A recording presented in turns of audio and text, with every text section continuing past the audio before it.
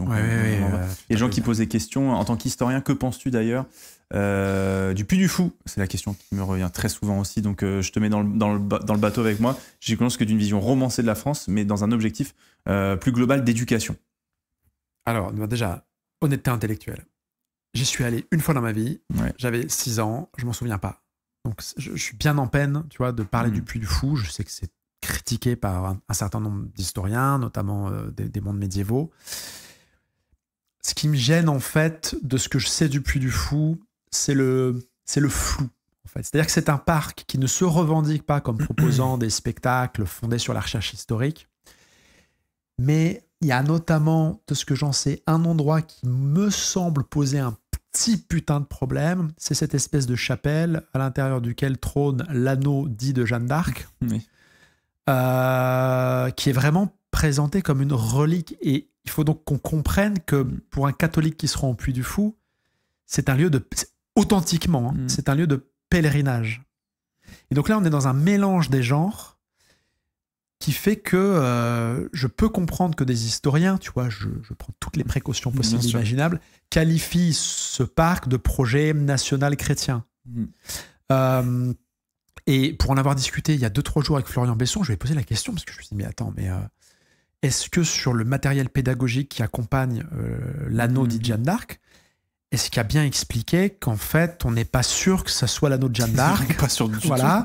On n'a aucun élément, par exemple, qui nous permet de retracer ces différents propriétaires en amont, je crois, du XXe siècle. Je crois qu'en amont du XXe siècle, on n'est pas sûr. Voilà. C'est pas si... Il y a même des contradictions entre la manière dont l'anneau a été présenté quand ils l'ont acheté. Parce qu'il y avait un anneau qui avait été récupéré par les Anglais, je crois, ou les Bourguignons, enfin je sais plus, un autre par l'évêque Cochon. Ils ont dit donc qu'ils avaient acheté un anneau, et en fait, quand on lit les descriptions, il ressemblait à l'autre. Tu vois, donc, c'est très compliqué. Et là, Florian Besson m'a dit, tu rigoles? Bien sûr que non. Il n'y a pas de nuance. C'est présenté comme l'authentique anneau de Jeanne d'Arc. Moi, même si la question était adressée, moi, j'y suis allé plusieurs fois au Puy du Fou, étant jeune adulte, donc j'y suis allé plus âgé que toi, et donc il y a effectivement ce flou-là, et puis il y a aussi sur certains spectacles où c'est très clairement, quand c'est sur les Trois Mousquetaires, ça reprend plus l'œuvre de Dumas, donc historiquement, c'est plus du fantasme, et tu dis, j'accepte, entre guillemets, mais ce qui me pose réellement problème, il y a notamment le spectacle qui s'appelle Le Dernier Panache, qui est sur les guerres de Vendée, où là, très clairement, on est sur de la réécriture historique, puisqu'aujourd'hui, il y a bien un consensus auprès des historiens autour du fait qu'il n'y ait pas eu de génocide en Vendée durant les fameux épisodes des guerres de Vendée qui suit directement l'épisode de la Révolution française.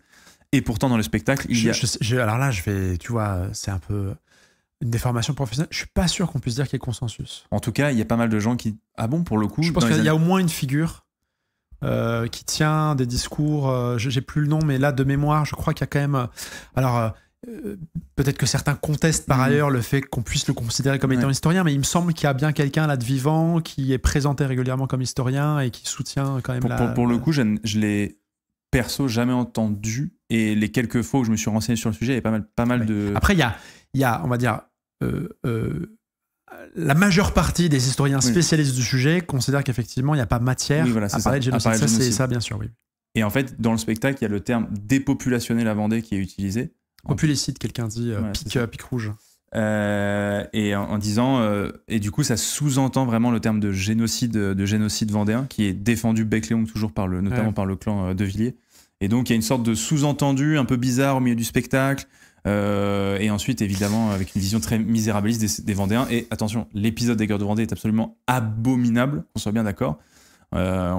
Mais pour le coup, que ce soit du côté vendéen comme du côté... Je pense qu'un des problèmes du Puy du Fou, c'est qu'en fait, même si les gens savent qu'ils ne vont pas assister à des spectacles parfaitement historiques, ça contribue forcément à l'éducation, à l'histoire d'une bonne partie des Françaises et des Français. Je sais qu'il y a des sorties scolaires au Puy du Fou, ça arrive que des enfants du primaire, tu vois, soient amenés au Puy du Fou. Ouais.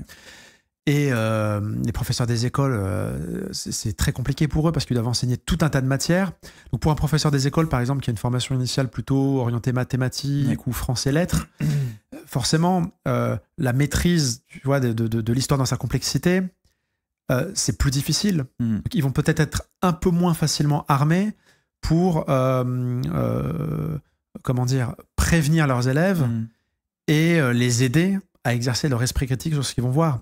Après, cela étant dit, moi je suis pas, enfin voilà, moi qu'on aille au Puy du Fou en soi ça me pose pas de problème, mais de mon point de vue il faudrait qu'il y ait régulièrement des rappels, tu vois, dans le parc pour dire c'est une interprétation de l'histoire, c'est l'histoire romancée, ma fille est allée au Puy du Fou, mes beaux-parents ont amené ma fille au Puy du Fou il y a pas longtemps, j'ai juste dit à ma fille voilà, kiffe, profite, tu vas aimer, il paraît que c'est somptueux, juste c'est pas de l'histoire. Et moi pour le coup c'est ce que je dis aux gens, j'ai encore un rapport très paradoxal au Puy du Fou parce que en tant que parc à thème, l'expérience en tant que spectateur est super.